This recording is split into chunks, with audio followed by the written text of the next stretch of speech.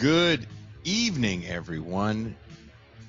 Welcome to another episode of This is Revolution Podcast. I am your host, Jason Miles. And if you are new to the channel, please hit the like, please hit the subscribe button, and don't forget to hit the notifications bell as we are constantly adding new shows and we're cross-streaming all the time. Over the last week, I think we did 2 cross streams with Ben Burgess. That was just for our patrons.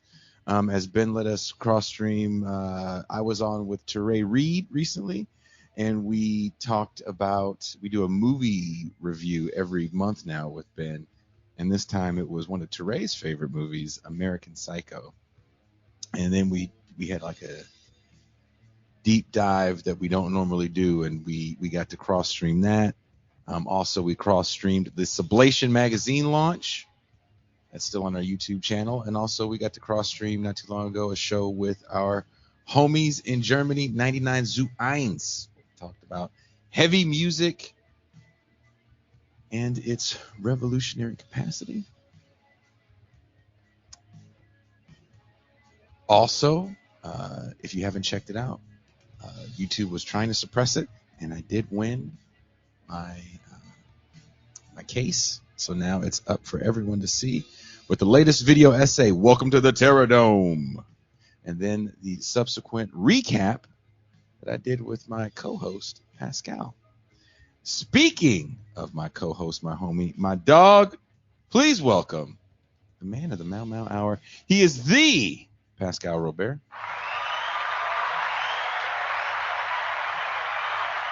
Peace and greetings to the chat. Peace and greetings to the audience. Peace and greetings, Jason Miles.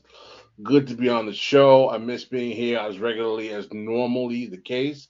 I just want to say to our viewers, our patrons in our chat, shout out to Jason Miles for not only holding down the fort while I was away recuperating, but for really putting out some amazing content. Jason's article on the LA riots is amazing. His cross streaming and going on various shows, talking about all types of sundry types of subject matter has been amazing. You know, it's really interesting for me on this show, since Jason and I have been doing this together for coming on 2 years, that always, and Jason says all the time, oh, Pascal, you're the star of the show. And I actually kind of like to believe that we are both holding down the fort and that this is a team effort, and it's not really about any one of us being a star. It's about us really complimenting each other and being able to bring out the best of both of us, of each other, I should say. And I just want to say and compliment to my co-host and captain of the ship of This Revolution podcast team here for really, really reaching out and expanding his reach into the interwebs and exposing not only his charm, character, good looks, and knowledge of heavy music, but really doing intellectual deep dives into subject matter and areas that normally people think the degreed smart people on this show are only able to talk about. Well, I didn't think I was going to tear up this early in the show, but thank you very much for I'm being totally serious. Thank you. That means a lot. I don't have any words. This is day 9 in a row of streaming and doing all this show stuff. I was on Ben Burgess' show last night. So I look forward to the time that we're trying to schedule off in June. And I'm just glad to have you back, and I'm looking forward to. Oh man, you kind of messed me up. I'm definitely looking forward to your upcoming writing that we have planned, and I'm really looking forward to the Mau Mau Hour that we have planned, and of course, movie night is going to be probably one of our most fun movie nights coming up. We're going to be watching Hollywood Shuffle, so that's going to be a lot of fun. Also, former TIR Saturday crew member Paul Prescott is running for office in Philadelphia or Pennsylvania. I think it's a state house he's running for, if I'm not mistaken, right, Pascal? That's correct. And people are voting today. So if you guys are in the area, hopefully you vote for the homie Paul Prescott. We wish him the best. I hope I can send him a congratulations text message a little bit later this evening. So shout out to Paul Prescott.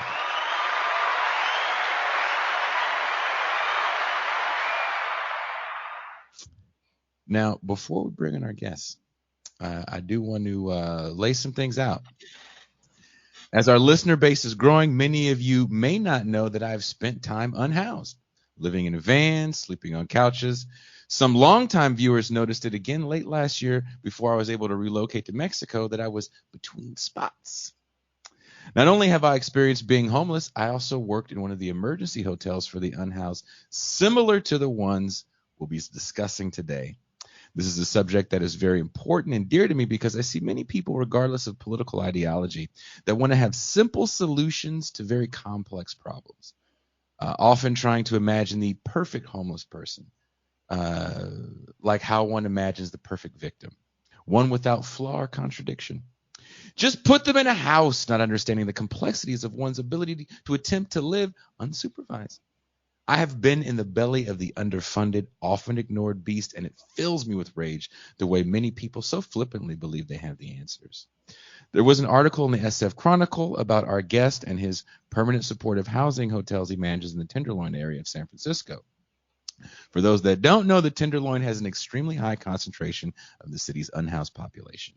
My 3-year-old son and I stayed there while I was visiting him just last month, and I was blown away by the degeneration of the area. Many are severely drug addicted, violent, and mentally ill. Several have been in some form of systemized care since birth, chronically homeless, and deemed a blight on one of the richest cities in the country. A scapegoat is often looked for. For years, it was the administrations, but now it looks like the new whipping boy are the people that attempt to do so much with so little. Please welcome our returning guest, a man I have a lot of respect for, Randy Shaw.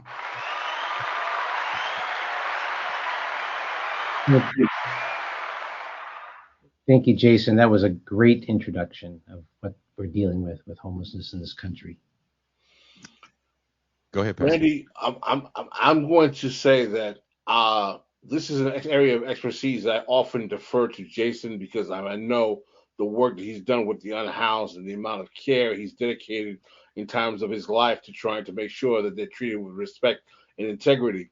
But I want to tell you, I read the San Francisco Chronicle article and I read your response to that article, and having had you on the guest on this show, at least on 2 occasions, I was quite dismayed by the accusations, the allegations, and the way in which they try to portray the work that you do for a segment of the community of this country that literally is disposed of by everyone in a way that is inhumane and frankly, basically cruel. And we're dealing with subject matter and people who are largely ill, mentally ill, many of them sick, many of them destitute because of the phase, most of them, if not all of them, destitute because of the phase of capitalism. And yet, because of the political winds that we live in today, the San Francisco Chronicle took the opportunity to do what I consider to be more than just a hit piece. If you can really outline for our audience, can you talk about how the structure of the unhoused and the government in San Francisco, using the paradigm of NGOs, nonprofits, and intermediaries as a means of funding caretaking for the unhoused, helps create perhaps part of the predicament that was discussed in that San Francisco Chronicle piece? And are there better options?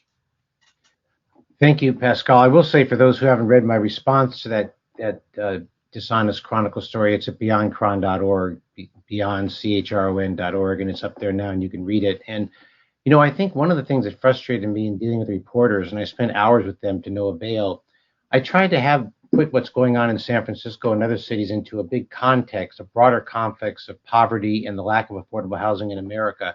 They kept saying they weren't interested in that. They want to just talk about these very specific things. But, when you mention about how do we house low-income people in this country, how do other countries do it? Well, other countries have public housing. The government builds housing. People pay a very low rent, and it works very well. There's also social housing where government builds housing for all income levels, including the poor. Well, when we built public housing in America, a lot of racist mayors didn't really care about quality housing. So like in Chicago, Mayor Daley said, well, build those big high rises because we'll create a lot of construction patronage jobs for me. And I don't care if people living there, I don't care if the black people living there it is not a good place to live. I just want the patronage. And yet then Cabrini Green and other big public housing projects became the symbol of failed liberal government. But the activists, people like me of that time, all said this was going to fail. Same thing happened with, if you see the film, I think it's available on Netflix or Amazon, Pruitt Igloo, when they tore that down in St. Louis. We tore down 100,000 public housing units in 1990 under Bill Clinton. Just think of that.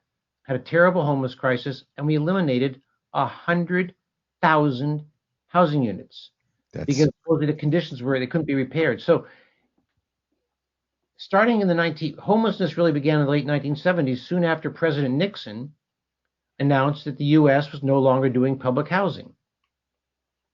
And we've never done it again since. We've eliminated 100,000 units.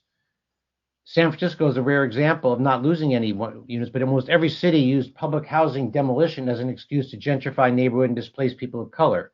That's what the whole Clinton Hope program was about outside of San Francisco. So we come to San Francisco, and we've done a lot of very progressive things. And one of the things we did, we had a supply due to a number of us who fought to keep SROs from being converted and demolished in the late 70s, early 80s.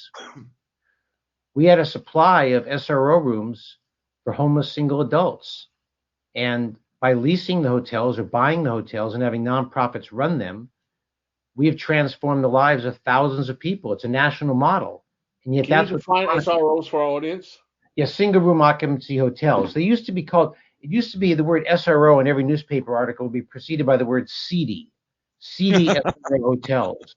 And as I said in my article, our hotels are all in the better shape than when we acquired them. And yet the media, who wants, just like with public housing, they look for a way to attack something that they don't want to really be there. And the media is never, generally the corporate media, the Hearst Corporation, has never been supportive of preserving as residential hotels. So, you see people say to me about this story written by the Hearst Corporation, like, what's their broader agenda? Why would they attack the most successful program in the nation to house homeless single adults?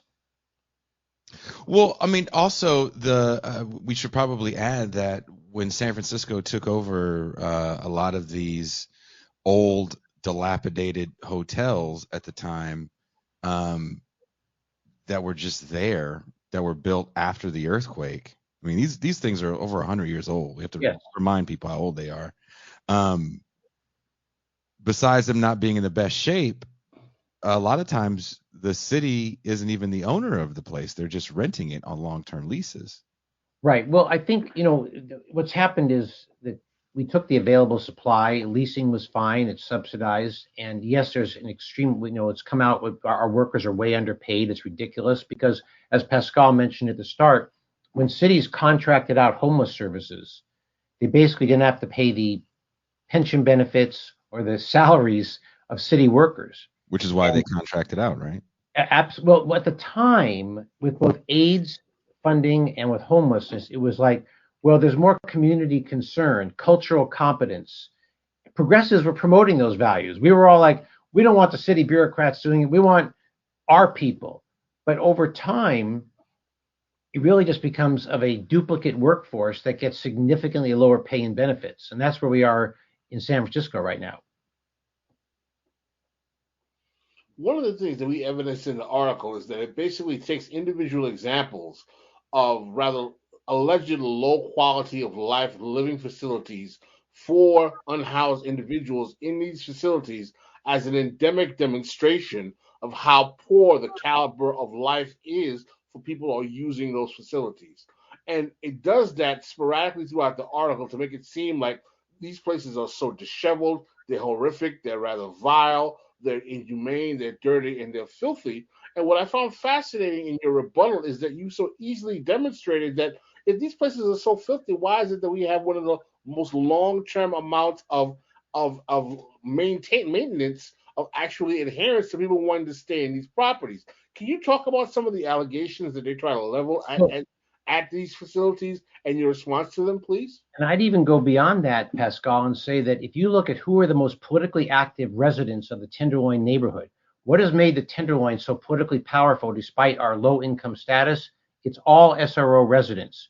You talk to business owners in the neighborhood, they are thrilled with SRO residents because they're the ones cleaning up the streets, working to get parks, getting murals done, supporting the people when they have problems. We build community, but none of that was mentioned in that Chronicle story. They just wanted to focus on people who had grievances about their buildings or were being evicted for not allowing exterminators in. And it really missed the amazing thing that I think we do a lot to build. We have tenant leaders in the building who work with tenants. You know, these folks in these SROs, unlike public housing, which are families, a lot of these single adults do not have a friend in the world. Mm-hmm. They're a very lonely group. We do so much to try to break through the loneliness, and it's hard. Some of these folks never leave their rooms. So when they do leave their rooms, our desk clerks say to them, "Hi, how you doing?" We have common lobbies so they can watch sports together and do activities, because the biggest problem in SRO hotels is not drugs, it's loneliness. It's loneliness. And people, most of the tenants in our hotels, the biggest demographic category is 61 to 70. So it's like senior housing. Yet the Chronicle criticized the hotels. They say the program has a lot of deaths. Well, yeah, we have people who are 61 to 70 and they had a life of very hard knocks. You know, And some of them have been incarcerated. when you're poor and you're on the street for 10 years, it affects your life expectancy. And also, you know, I did write some notes about the hit piece, and I don't know if people understand how easy it is to get bad news walking by a shelter. The county used to call, and they would call the hotel. And keep in mind, unlike where Randy works, the hotels that were emergency kept the hotel staff as much as they could. And so there was actually a concierge. And so the concierge answers the call, and they'd be like, "I want room 8." And the county would just be like, "Hey, how are you being treated?" They don't know who's in room 8. They don't know if the person in room 8 called us 15 times to kill invisible spiders, or if they've been hoarding trash to the ceiling, which these are all things that have actually happened. I'm not saying this flippantly. They don't know if that person stabbed another. They don't know anything. They say, "Hey, how's everything going?" And the day the county called, a whole message was sent out to every tenant. We knocked on doors because you can't just leave flyers because some people can't read. And there's 300 people in the facility, and said the water will be shut off from this time to this time because they have to fix the plumbing. So when the county calls, person in room 8, "There's no water here. They won't let me have water." So then what happens? And you get an email. What the hell is going on here? You can't have these people without water. What are you people doing? But and it it goes on from there. So the story that the Chronicle has starts off with a woman named Pauline Levinson, who said she had a severe rodent infestation, and it was so bad that she had to pitch a tent in her room, which kind of didn't make sense to me because that wouldn't stop rodents from getting in necessarily. But she then went on. It kind of talks about her a little bit throughout the piece, that she was violent as well, but this is kind of more part of the decay of the building and has less to do with the individual. and of course the treatment of the individual. And you start your rebuttal off, well, hey, that's not necessarily what happened. So if you want to talk about Well, yeah, the Chronicle framed the whole story around a tenant who's complaining about rodent and roach infestation, but refuses to let exterminators in her room.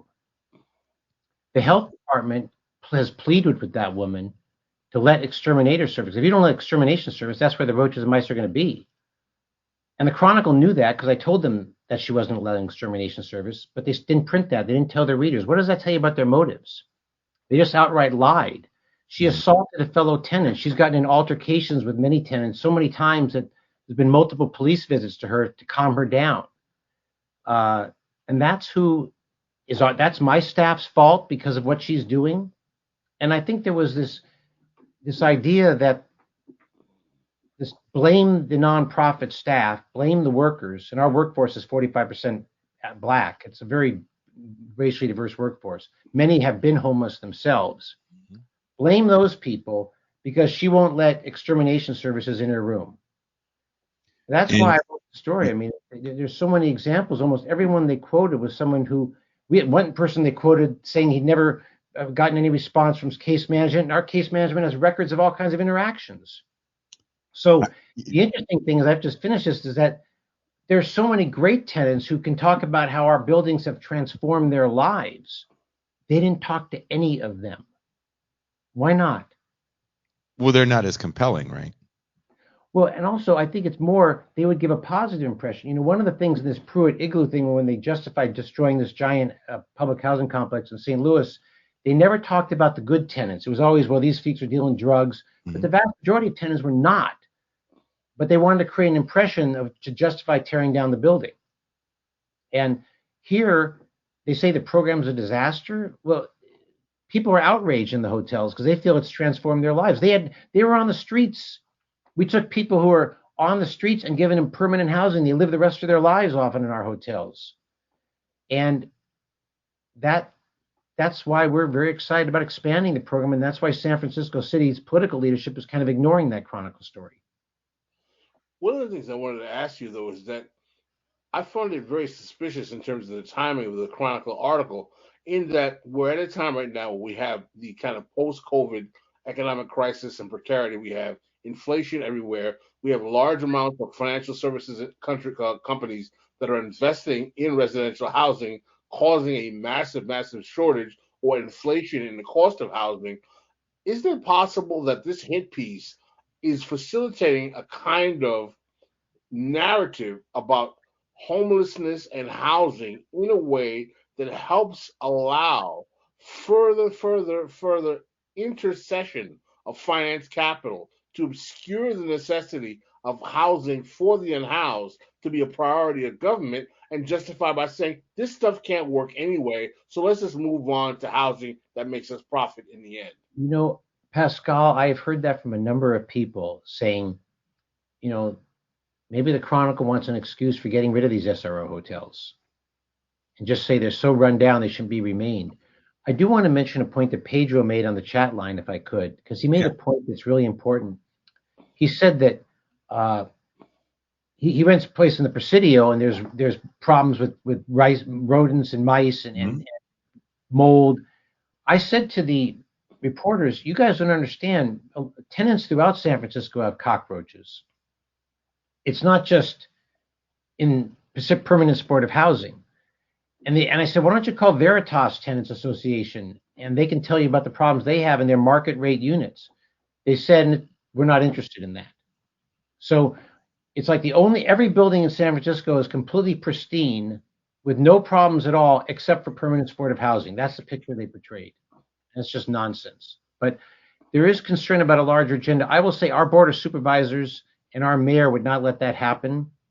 But the Hearst Corporation, people feel, is laying the groundwork for trying to change. People were feeling very positive about SRO hotels, and now they want to maybe change that.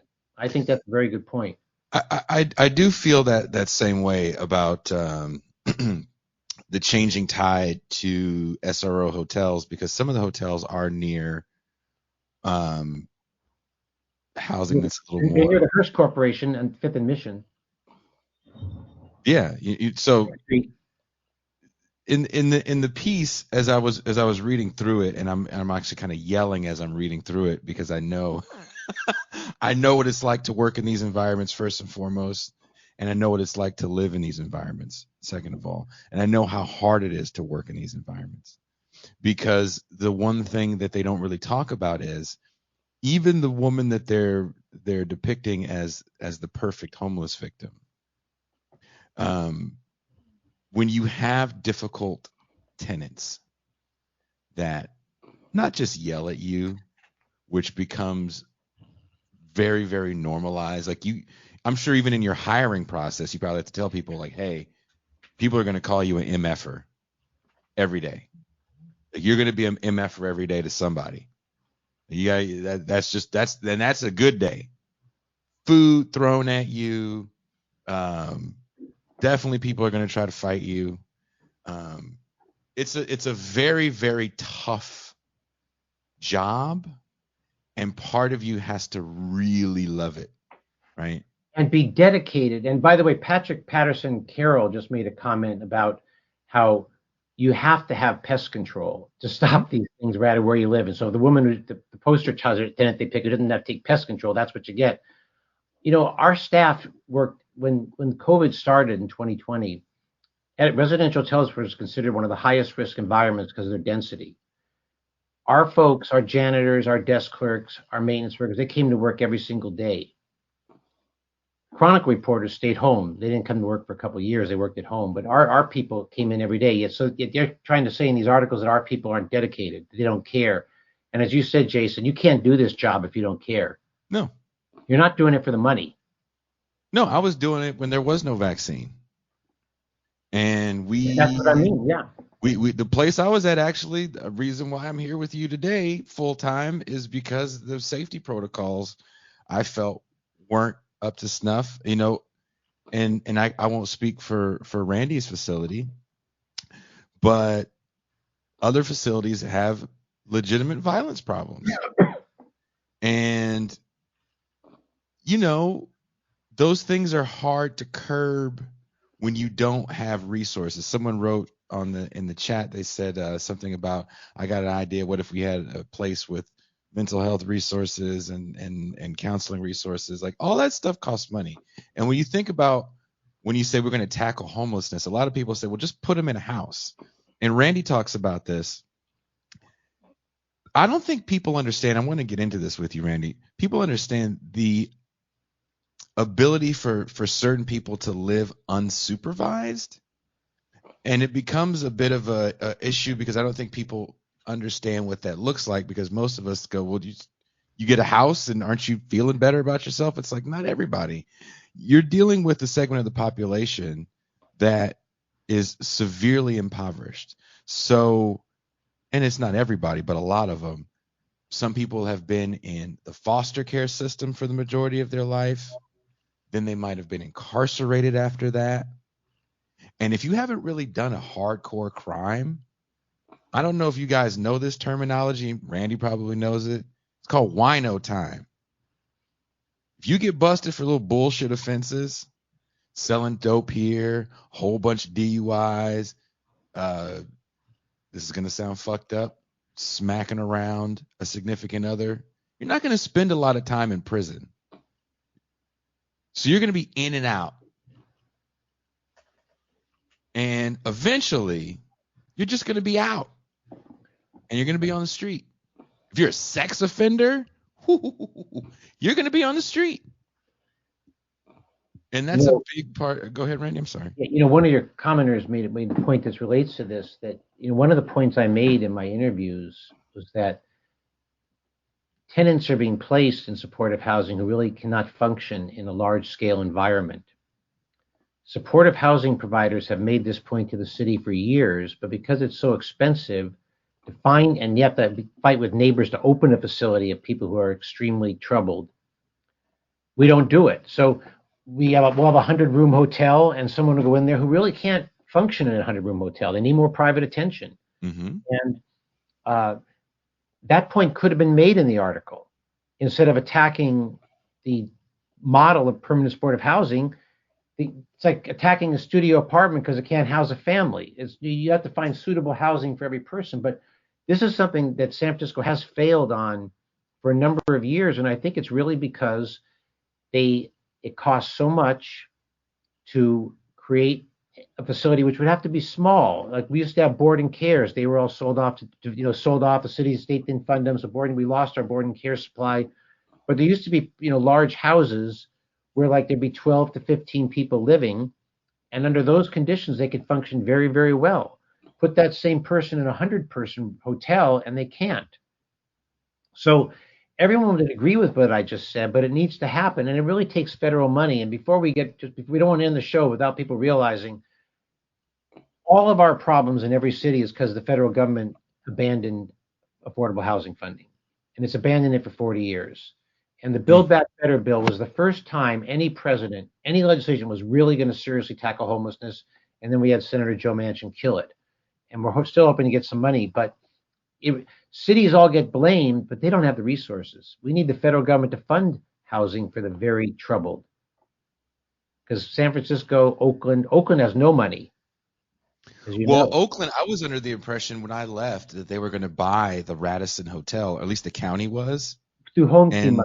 That was through state money. The state funded that. Well, last I heard, they're not buying it, and it's going back to the owner. The county is going to stop running it at the end of June, is what I heard from some people inside. Really? Well, they did buy a number of hotels, and the governor just expanded funding for Project Home Key, which has been a big success. But most cities, San Francisco is a wealthy city. We have a $74 million budget surplus, which is enough to fund adequate salaries for homeless service providers. But Oakland doesn't have money. LA doesn't have that money. So even New York City has a trouble. So the federal government has to get back in the housing business. That's priority number one. The question I want to ask you about that, though, is that you've demonstrated that over the last 40 years, public housing has been taken out of the line item agenda of the federal government. And what I want to ask is that what is the role of funding or lack of funding for mental health services and its correlation to housing? And has it been a precipitator or exacerbator of the problem? And what exactly how do they intersect, if you will? There's a myth that people all believe, and I always say I hate to ever say anything good about Ronald Reagan because he was the worst president of our history and he wrecked this country. But there's always this view that it all blames all these mental health people on the streets because Reagan let them out of the mental. Reagan left the governor's office in 1974. There wasn't homelessness in 1974 in California.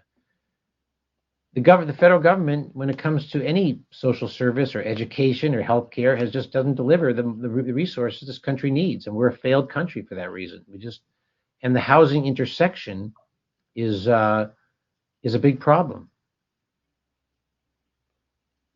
What exactly was the interface with mental health in terms of how it was dealt with that precipitated worsening homelessness in any way, if there is one?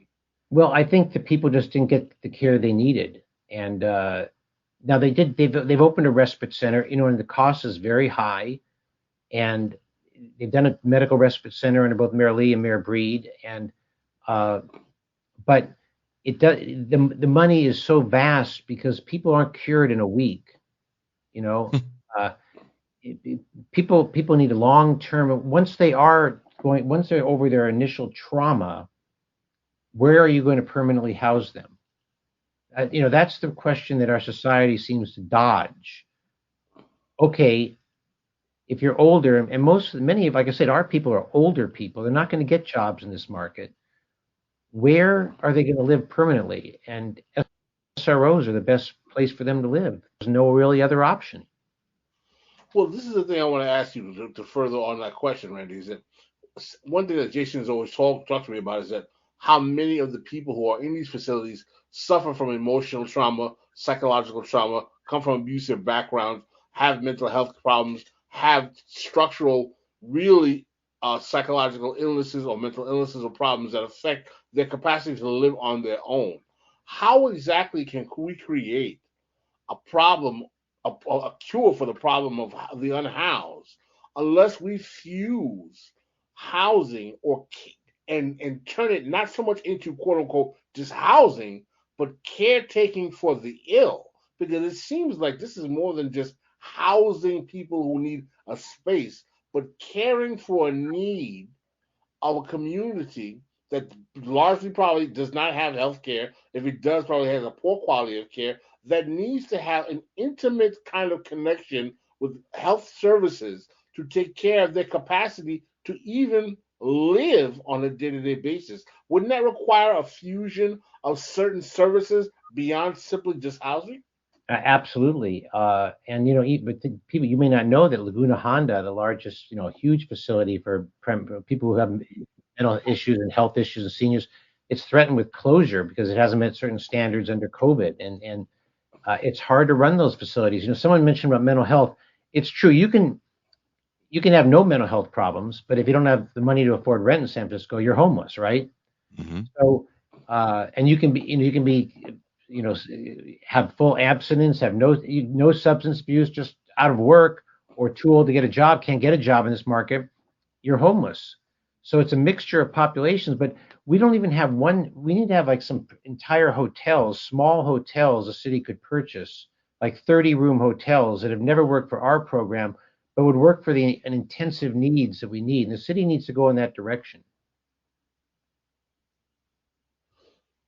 Are there any other ways in which the structure of how our society deals with people who are displaced could be reorganized to diminish the even cause of homelessness? Of course, we've talked about before providing public housing, providing government subsidized housing.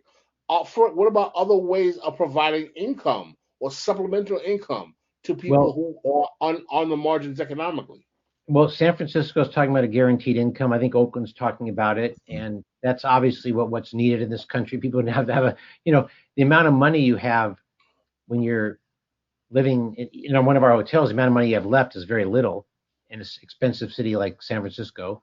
But it really, when you don't have a place to live, it really ripples. It affects your education, it affects your health care, it affects every part of your life because you don't have a place to live. And your mental health, and no matter how healthy you are when you start homelessness, you're there long enough out on the street, you deteriorate.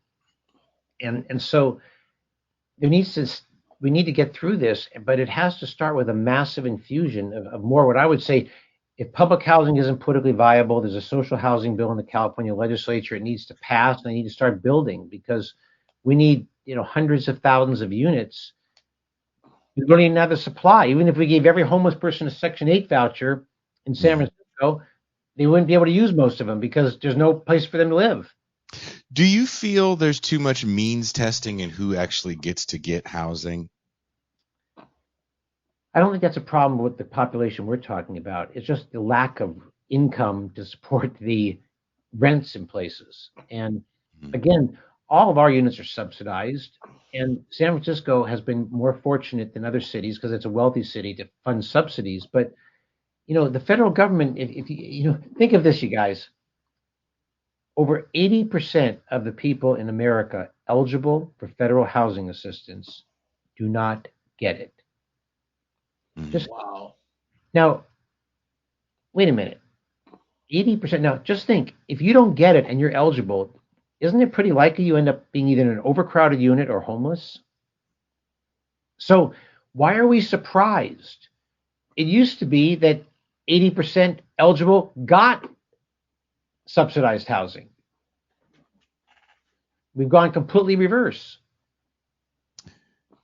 Now, what do you say to? We had a young lady on.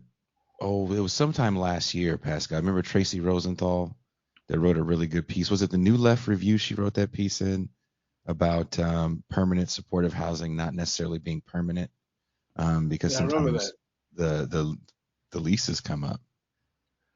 Well, ours are permanent. No one ever has to leave, and that's why so many stay till they, die. But there's always things like Section 8 certificates you may have mentioned because the landlord can always reject it if it's a private. Let me just mention that if people ever use Twitter on this show, you can follow me at Beyond Chron in case people are interested in. There should be wherever anyone's listening or watching the show, there are definitely links in the description to Randy's article and of course Randy's website Beyond Chron. Let me mention I one. did want to. Go ahead. Let me mention another point. Is I'm sensing right now in this country, and particularly in the West Coast, a real public impatience. They feel like they've dealt with, homelessness for so long, and they're very frustrated. And so they turn against the people trying to help the homeless and house the homeless. Is like, well, you're an industrial complex. You're just keeping people homeless because that's your business. Well, actually, all of our people are housed, so we don't house everyone. Everyone we house is a housed person. But the challenge we have is that when you don't spend money to solve a problem for 40 years, it gets worse, right? And so people just assume, well, the homeless has been with us so much, money must not be the answer. Money is the answer. We've never gotten the money. The federal government's never spent the money.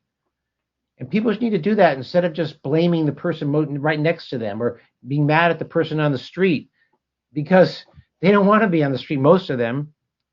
They'd love to be in housing, as we learned from the SIP program when they suddenly made all these hotels available.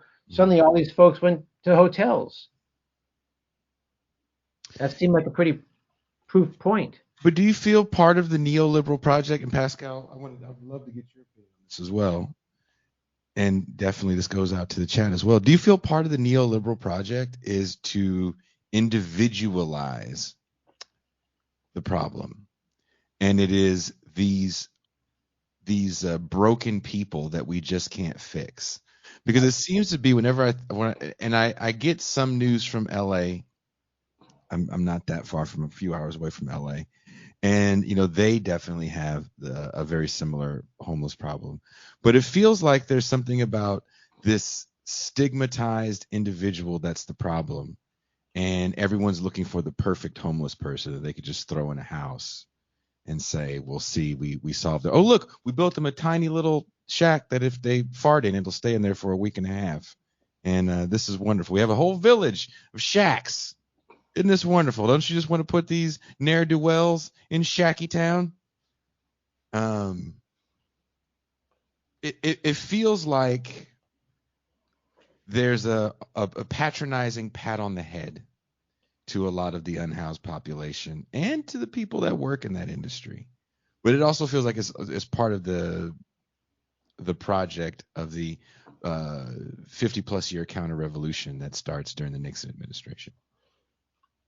I think you're absolutely correct, Jason, is that part of the whole project is to making it seem like all of these problems that are socially constructed as a result of the failures of capitalism under neoliberalism are the cause of individuals not living up to the expectations of what it means to be a functioning adult citizen in an economic paradigm that's really designed to cannibalize them.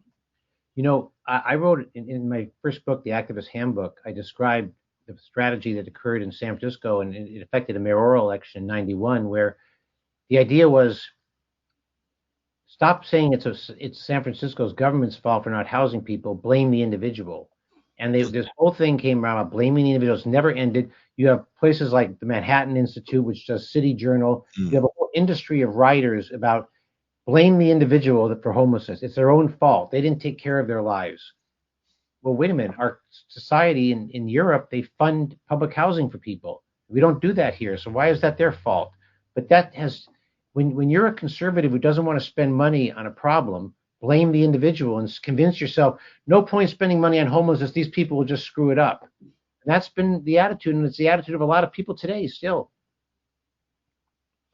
Part of the problem is also is that it part of the conservative mind assumes that, quote unquote, human nature makes it unable for human beings to be able to render these kind of problems to themselves because their capacities are just too self-interested, and that for people to actually think that they can care about each other goes against what human nature tells us, and that people are individual motivated, as if people aren't socialized into the value systems that they have as a society. One of the reasons why I like to concentrate on the concept of ideological superstructure, in other words, the educational system, the social mechanisms, the media, the television, the cultural mechanisms, outside of simply the base, i.e. how profit and loss are made in capitalism, is that it creates the cultural milieu and echo chamber that allows for us to have such a coarse society where people become disposable. And there is a direct correlation between the way within the 50-plus year counter-revolution that capitalism moves to this carnivorous type of exploitative mechanism, and the way in which we choose to move to rhetoric about individualism, underclass ideology, and dispose of people in ways that say it's their own fault. As if anyone comes out of a womb by themselves and breastfeeds themselves without having some kind of social connection to mechanisms that give them life. And this is one of the things that this kind of libertarian view of how capitalism works is so toxic about, and that it creates this charade that tells people that they are functioning of their own accord, divorced by infrastructure, mechanisms, and all types of means that are coming together that give them the capacity to even be able to turn on a light bulb in this society. Well, you make a great point, Pascal, because it's a brilliant strategy of capitalism to have everyone blame themselves rather than society for their problems, right? So if you think it's your fault, you don't go to protest, you don't go to vote, you don't go to organize, because what's the point? It's my fault. And that's how we work as a society. We always have it, it's always the individual's fault. And that really comes true in homelessness, or an extreme case. But even with student loans, we're trying to get, student loan debt repealed. And you hear people say, well, they shouldn't have taken out those loans. It's their own fault, right? Everything is everybody's fault. And it's a brilliant strategy that this country's it's been the dominant since the Reagan years, for sure. That's been the prevailing view, is that you get sick, you should have gotten private health care. That's your problem. Can't afford it, it's your fault. And so, and it's fun. It's interesting. At the center of the core problem with America, our failure as a country, our failure to deal with community issues, public health issues, and it's really at the crucible of that. And there's a term, I didn't put it in my essay, and I didn't put it in the video essay, but basically, if you think about, going back to, and please check out the essay on Sublation Magazine, what you had left post the Watts riots, because people forget 65 is also the year after the Bracero program ends. So now you have an influx of extremely cheap undocumented labor competing with not as cheap black labor that has been kind of in the system since they arrived. You have what economists call, and Pascal, correct me if I'm wrong, useless eaters. Oh, yeah, that was a very common term that comes about in the 80s.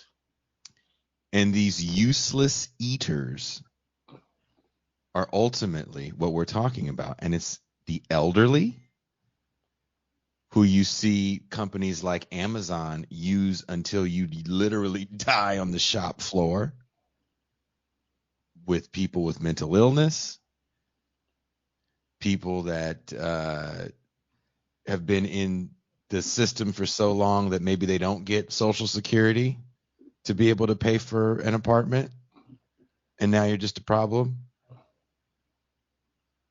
These people they're people, they go somewhere. Well, I remember when I started working in the Tenderloin in 1980, the seniors that I knew, there weren't homeless people in 1980 in the Tenderloin. There were hardly, a few down and outers, but the seniors all had senior housing. We used to build senior housing. Remember that? It was regularly built. And now we have projects, we don't get, as I said, 80% of the eligible beneficiaries don't get it. So we need just to have an affordable housing construction boom.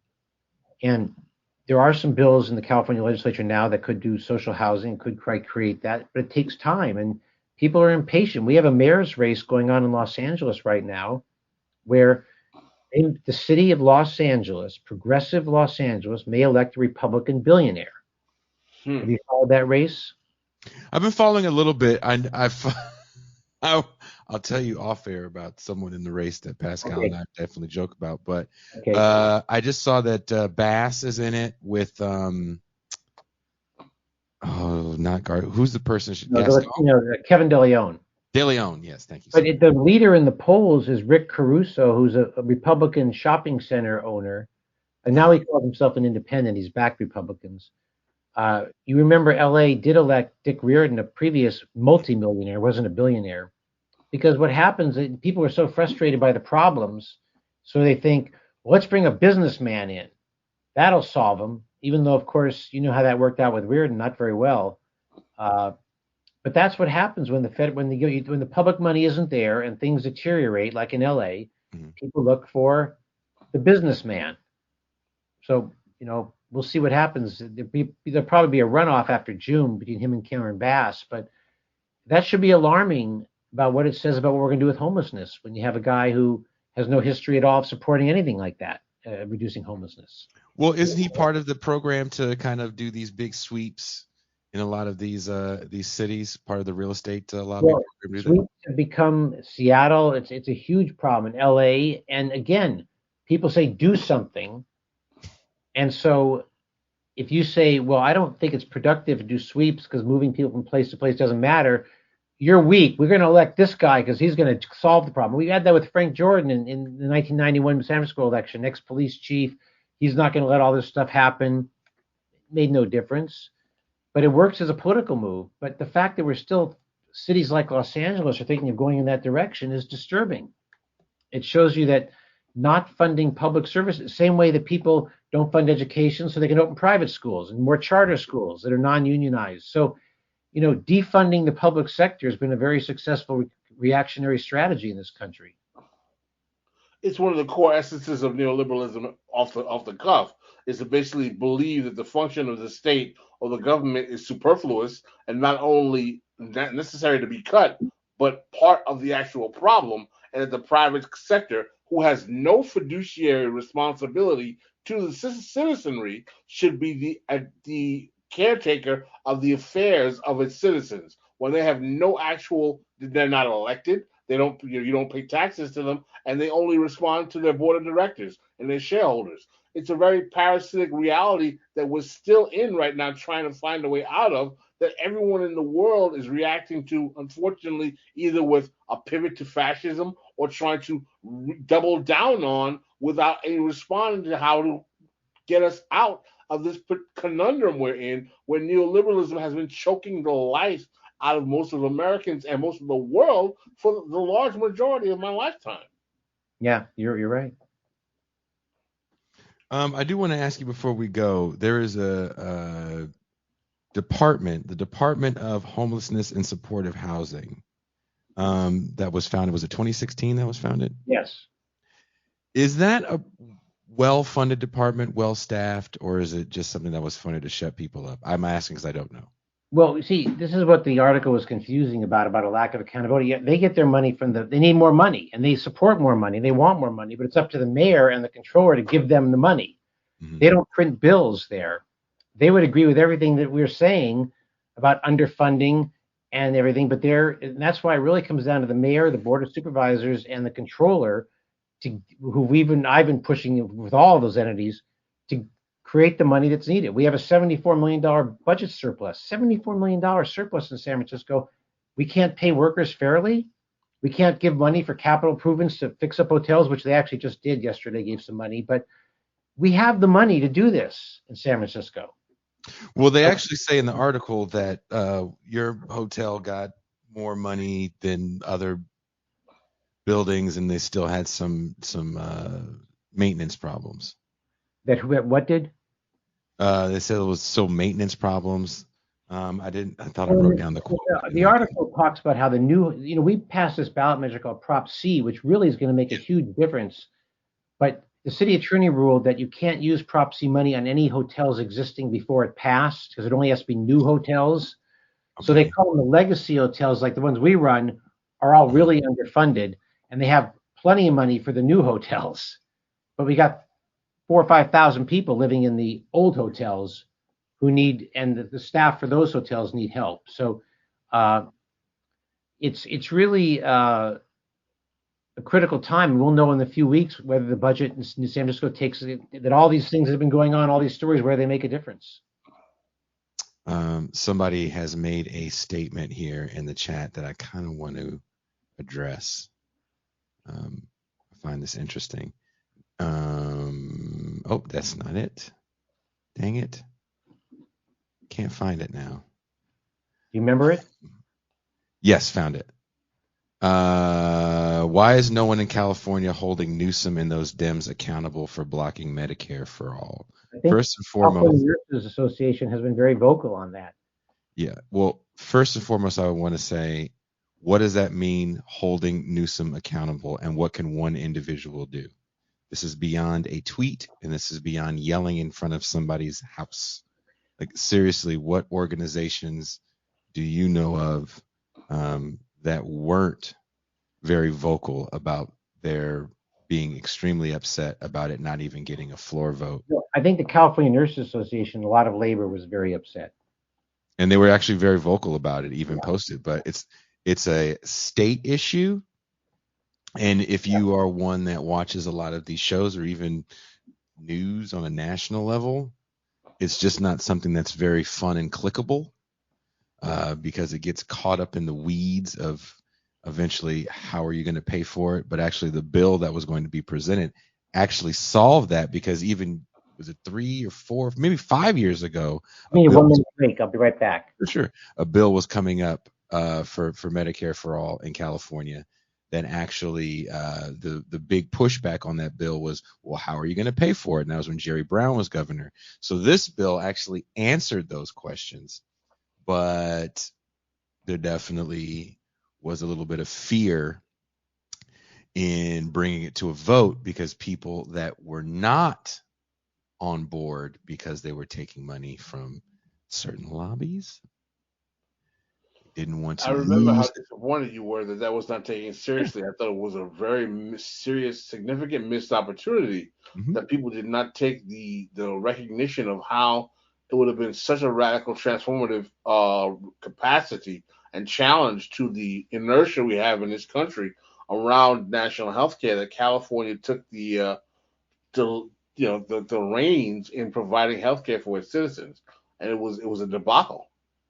Yeah, someone, the person followed, will it dislodge the Dems supermajority? Yeah, it was actually threatening, and it would have been very bad in politically, strategy wise, in those people's minds. I'd love to hear Randy's response. Well, let me tell you, I'm very involved with the state legislature because my organization, the Tenderloin Housing Clinic, is sponsoring a bill, AB 2050, to stop speculator evictions under the Ellis Act, which is a disaster for tenants. And it's a huge problem. You can read about it. It's just speculators evicting long-term tenants in cities. It's outrageous. We talk about the Democratic supermajority, but many of those Democrats come from the Central Valley, Orange County, San Diego, where there's a very different kind of Democrats. I mean, it's a different world. I mean, I spend time today, we met with a legislator's aide from Rancho Cucamonga. You guys, can you visualize Rancho Cucamonga? It's the one in Next Friday, Pascal. Really? It's the city in the movie Next Friday. Okay.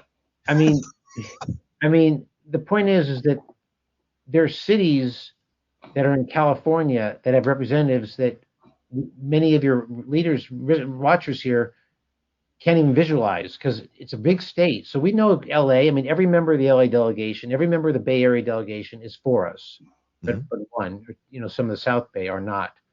But then we have all these Democrats who are in everywhere, south of the Bay Area until you get to LA County. And so the Democratic supermajority means that the Democrats there are very conservative, and they're owned by real estate interests and corporate interests, and they don't want to pass Medicare for all. I mean, that's the challenge. I mean, I think that, I know there was criticism of not coming to a vote, but Ash Kalra, the sponsor of that bill, the lead sponsor, he's as progressive as anyone in the legislature.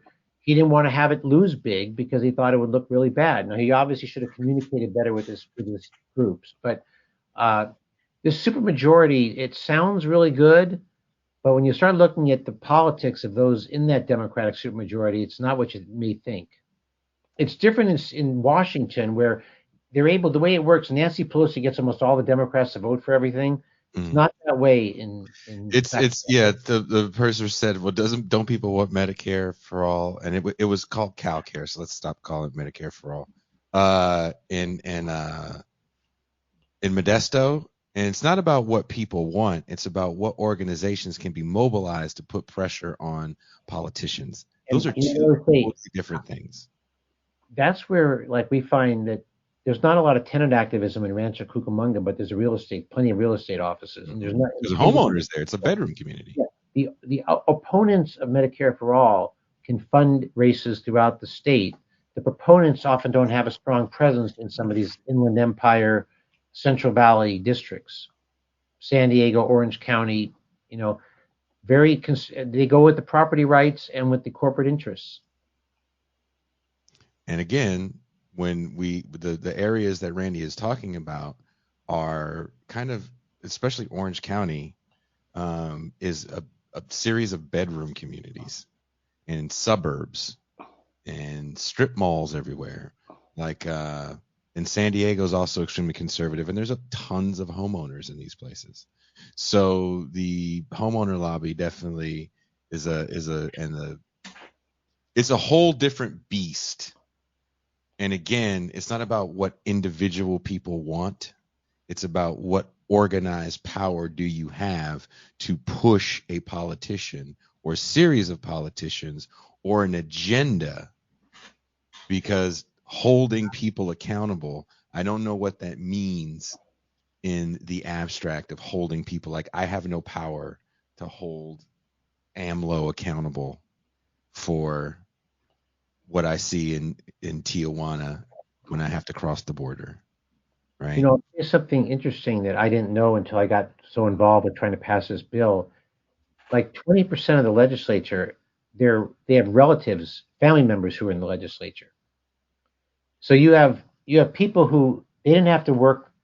They were set up to follow their brother, father, with the same political donors.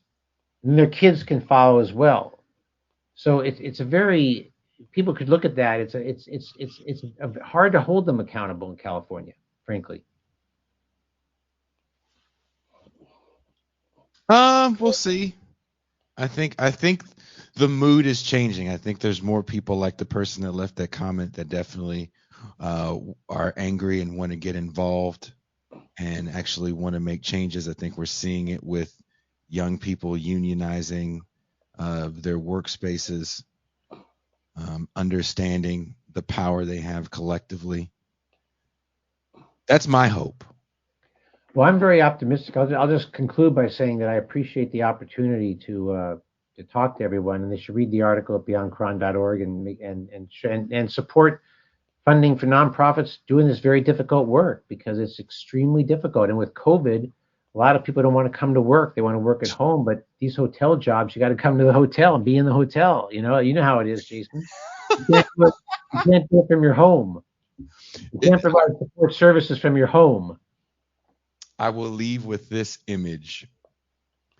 The county came to do an audit at the hotel, and not one county worker, and mind you, our kind of common space where workers was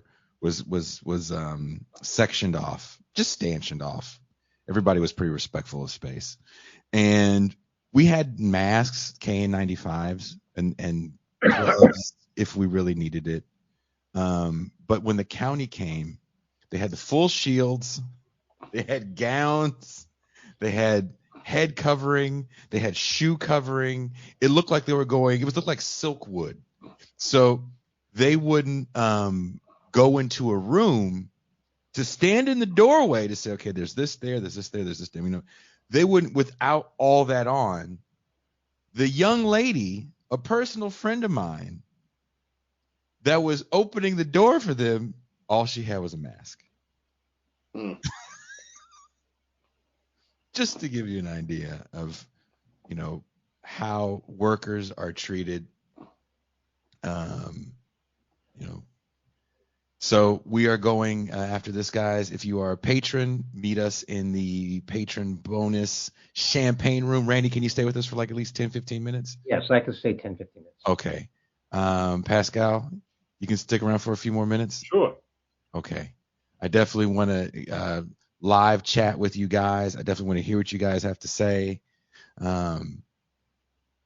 Hear your takes. I want to hear your guys' experiences. The great thing about this show is I think that we have connected with enough people that have worked in this world as well, worked in unhoused services, worked in mental health services.